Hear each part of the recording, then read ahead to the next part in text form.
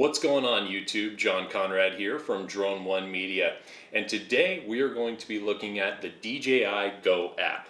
This will be version 4.0 of the app, which is the version you will need with either the Mavic Pro or the Phantom 4 Pro. Now let's dive right in. This will be a complete walkthrough from start to finish. Stay tuned.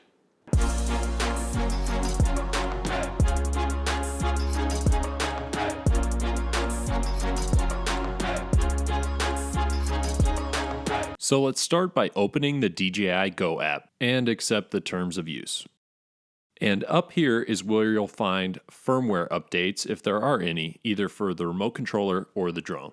Next step, let's click the Go Fly button. I'm going to go ahead and skip the safety tutorial, but if you are new to drones, I would definitely recommend taking a look at that. And the infrared system is only active in beginner mode and tripod mode.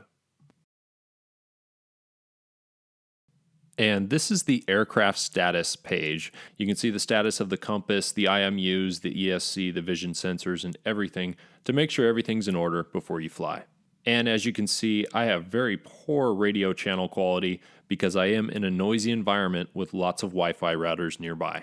And this is the main page. So this is what you'll see. This is what the status of the drone is. It shows what mode it's in. It shows the channel strength, the image transmission strength, and all the camera settings with regards to ISO, shutter, f-stop, the EV, and white balance. It also shows your recording format. In this case, I'm recording 4K at 30 frames per second, and it also shows the focus. And you can actually toggle this to bring up map view in the full screen if you want to see where your drone is on a larger map, and you can toggle back and forth between those. So let's jump right in. This is the main controller settings, and first up, you can actually set your home point to the aircraft position, or you can set it to where the controller is located, so you can toggle back and forth between those. Next up is multiple flight modes. Out of the box, multiple flight modes will be off, but once you get a little bit more experienced, you can turn them on. The first mode is positioning mode. This includes forward, backward, obstacle sensing, satellite, and visioning systems enabled. So the drone is aware of where it is at all times. Next up is sport mode. Sport mode enables max speed of 45 miles per hour. Satellite and visioning positions are enabled, but the forward and rear obstacle sensing are disabled. Attitude mode, or ATTI mode, disables the forward, backward obstacle sensing, and satellite and vision positioning systems. Only the barometer is used for altitude control, and the drone does not hold one position when it hovers. So you really have to be careful of where it drifts. This can be useful though when flying indoors and in very tight quarters. Next up, return to home altitude. And this is the altitude that the drone will maintain while returning to home. And I like mine set at 70, but if you are flying in an environment with tall skyscrapers, you might want to consider raising that value. Next up is beginner mode. It limits the distance the drone can fly away from you, so it helps beginners when they're just learning how to fly. Next, you can set your maximum flight altitude. Now, the FAA in the United States has put in place regulations saying that drones cannot fly over 400 feet above the ground level. So I always set mine at 120 meters because I always want to fly within the safe legal limits. Next up, enable max distance. You can actually set the max distance the drone can fly away from the controller. However, I usually leave this turned off. Next is advanced settings. First up is Expo. This limits the control output at the intersection of Y and X, and I actually like setting my rudder to 0.3 so you can see the control output as I move the sticks up and down the line. And as you can see, the shape of the line has changed. It's become flatter near that intersection. And what this does is it slows down the controls when you first go left or right on the rudder. I find that this produces much better footage than the stock 0.4. And as for the throttle up and down and the forward and right, backward and left, I leave those at 0.4. I haven't found any need to change them. Next up is sensitivity. Now I just leave these values stock as they came out of the box. Haven't had any issues. Next up is gain. Again here, you can adjust it from 80% to 120%, but I like the way it's set out of the box, so I just leave that alone. And you can always reset the gain and expo tuning with that button. Next up is the sensors, and you can actually see all of the sensors, the accelerometer, the IMU, and the compass. and you can see the noise that's within each sensor. And in this case, all of them look excellent. so no need to calibrate. Next up, remote controller signal loss. You can actually choose between return to home, landing, and hover, but I like mine to return to home when the connection is lost, so I'm going to leave that at return to home. Smart return to home, I always leave this on. It just enables the drone to avoid obstacles if there are any in its path when it's returning to home. I always turn off the front LEDs because I don't want red in my image if I'm flying at sunset. And stop motor method, I just leave it do not stop in air. And CSC, you can actually stop the motors in midair and it tells you the instructions of how to do it, but I like to leave it on do not stop in air. Next up, the visual navigation settings. And the first one is enable obstacle avoidance. Obviously, I want that turned on. That way the drone uses all of its sensors to avoid obstacles. Enable horizontal avoidance. I usually leave this turned off because I want my drone just to hover if it comes in contact with an obstacle or if it senses an obstacle. Next is enable backward flying. I usually leave this turned off. This is only when you're doing the active track mode. Enable obstacle avoidance. I'm going to leave that turned off. That way the drone will just come to a hover. And the display radar chart, I want that turned on. That way when the radar senses an obstacle ahead or behind you, it will let you know on the screen. Next up, the advanced settings. I enable the vision positioning, landing protection. The drone will actually scan the landing area to make sure there are no obstacles in its path. Precision landing, I leave that turned on. Return to home obstacle check, I definitely leave that turned on. That way it will detect obstacles on a return to home and avoid them. And return to home remote obstacle avoidance, I leave on as well. Next up, the remote controller settings. You can calibrate the remote controller at the top. You can actually set the buttons on the bottom of the remote controller, and you can set the master stick mode of the remote controller depending on what you're used to. Next up is the image transmission settings, and you can actually see each channel live with its status in terms of noise. And I always leave the channel mode on auto. That way the drone selects the best channel with the lowest noise. And the frequency I just leave set at 2.4, and the drone will automatically select the best frequency before takeoff. Next up is the aircraft battery menu. And this shows all 4 cells of the lithium polymer battery that's plugged into the Phantom 4 Pro.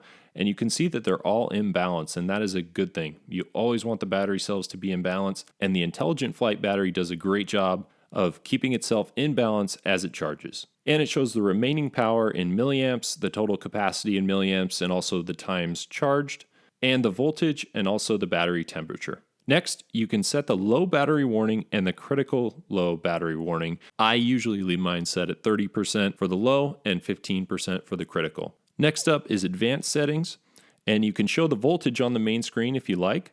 And time to discharge, I usually leave this set at 2 days. That way, if I don't use a fully charged battery within 2 days, the battery will start to discharge itself down to an appropriate level. And you can see the details of the battery. It also gives you the serial number and the times charged. Next up, the gimbal settings. Gimbal mode, you can actually set to follow, which is what I use, or you can set it to FPV.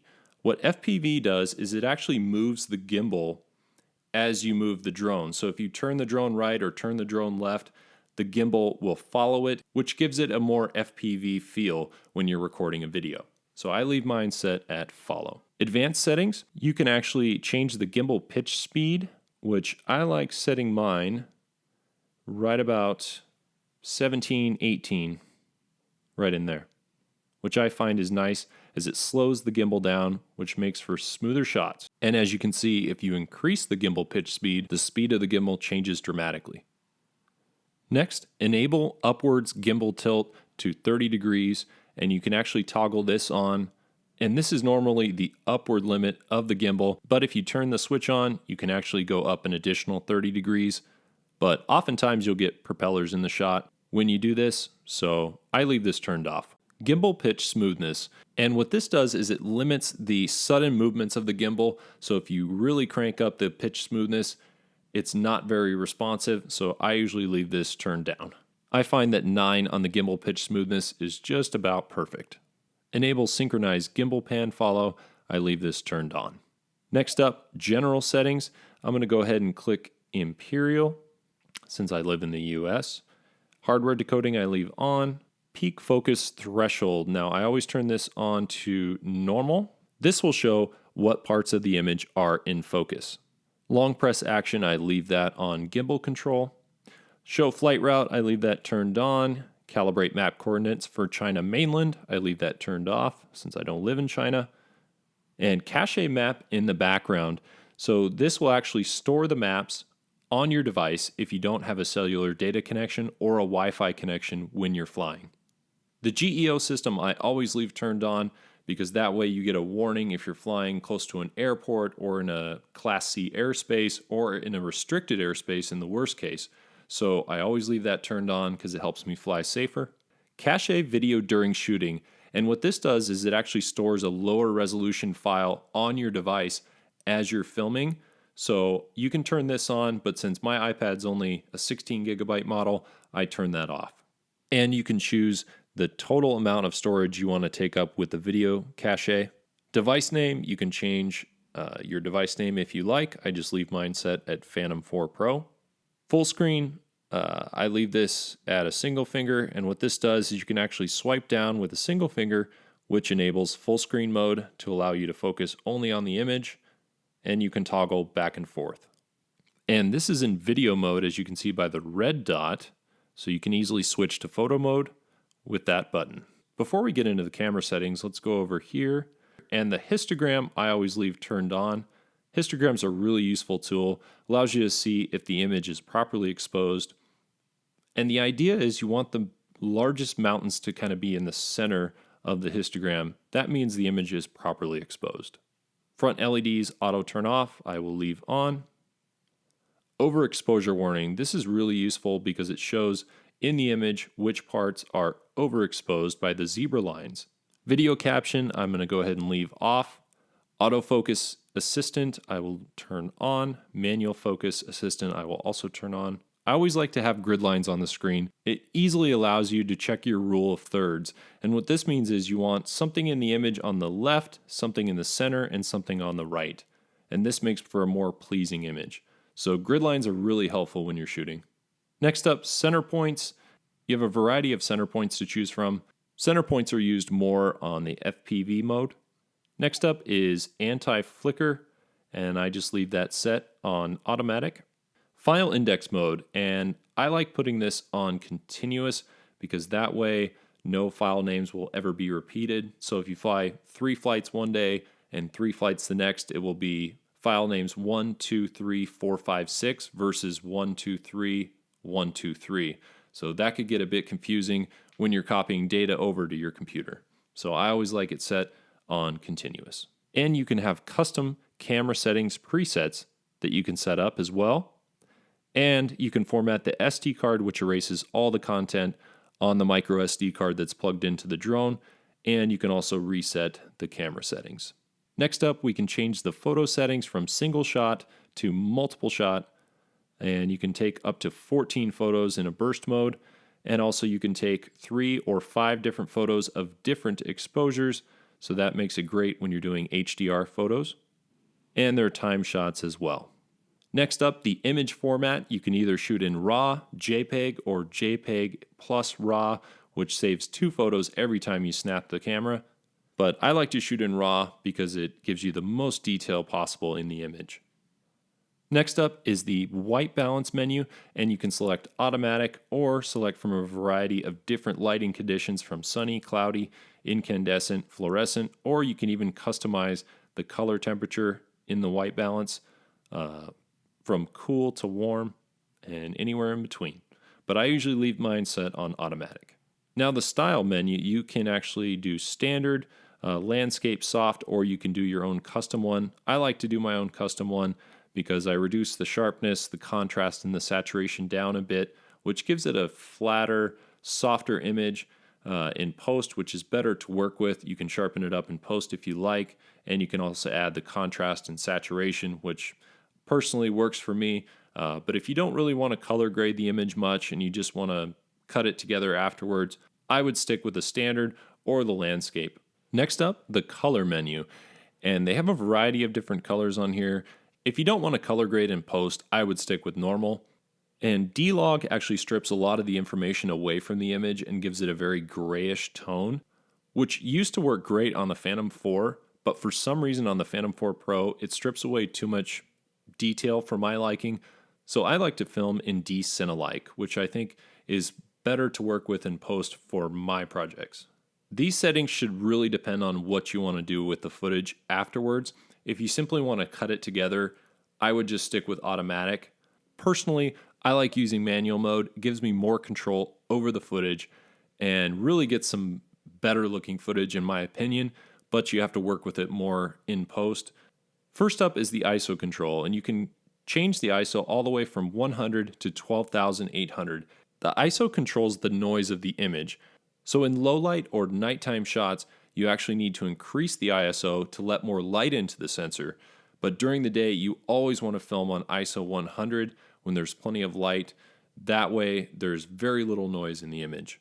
And there is an aperture control on the Phantom 4 Pro, which is really nice for adjusting the exposure of the image. At f11, the image is properly exposed. The EV is at -0.7, which is just fine. What I found is once you go past the 1.2 or 1.5 negative, it's really hard to bring detail out of the shadows, but -0.7 from my experience has been just fine. And the shutter speed, I always like to set my shutter speed at 60 because that is exactly 2 times the frame rate. I'm shooting at 4K, 30 frames per second, so I always like to have my shutter speed set at 60, which I find produces much smoother footage. When you start increasing the shutter speed, it creates footage with a lot more motion blur. So I like setting my shutter speed at 60, which I think produces the best, most cinematic-like footage. And once you get done setting the ISO at 100, and setting your aperture and setting your shutter speed, you may find that there's still too much light entering the drone. And for that, I would recommend the Polar Pro ND filters. You can pick up a set of these for $100, which I think is pretty fair. They're really nice, high quality glass.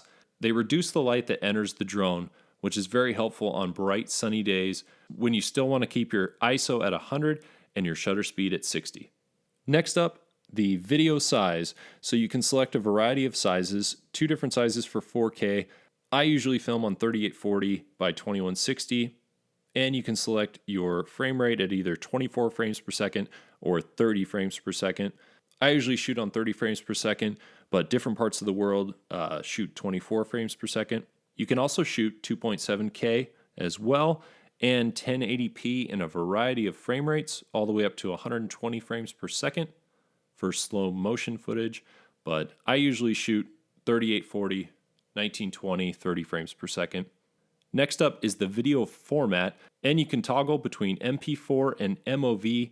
I like MOV because it's more Mac friendly and I edit all my videos on a MacBook.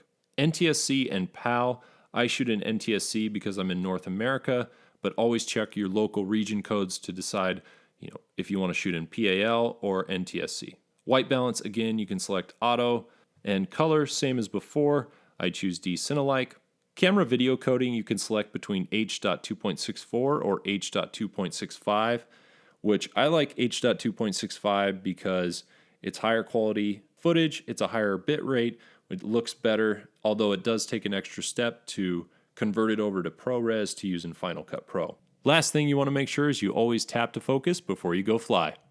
This has been a complete walkthrough of the DJI Go App version 4.0. And if you like the video, go ahead and give it a thumbs up. It really helps out a lot. And if you're new here, go ahead and hit that subscribe button to never miss any upcoming videos. We recently just hit the 1,000 subscriber mark.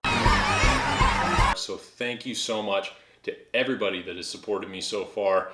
And I'll continue to make great content as long as you keep watching. And if you're looking to purchase a new drone, I have Amazon links to the Phantom 4 Pro and the Phantom 4 Pro with the display down below in the description. So make sure you click those, and if you buy them off Amazon, it's the same price as you normally pay. The only difference being is if you click the link, I get a little bit of a commission. Helps me out, helps keep the channel going. So I really appreciate that. And I'll also have an Amazon link to the ND filters from Polar Pro. So this is the Cinema Collection, the 3-pack of the ND filters. I'll have those linked on Amazon as well. So if you're looking to add ND filters, this is a great option. Not sponsored by Polar Pro at all, but I'll have a link to their product page on Amazon if you're looking to buy some ND filters. So thank you for all the support so far, and we'll catch you in the next video.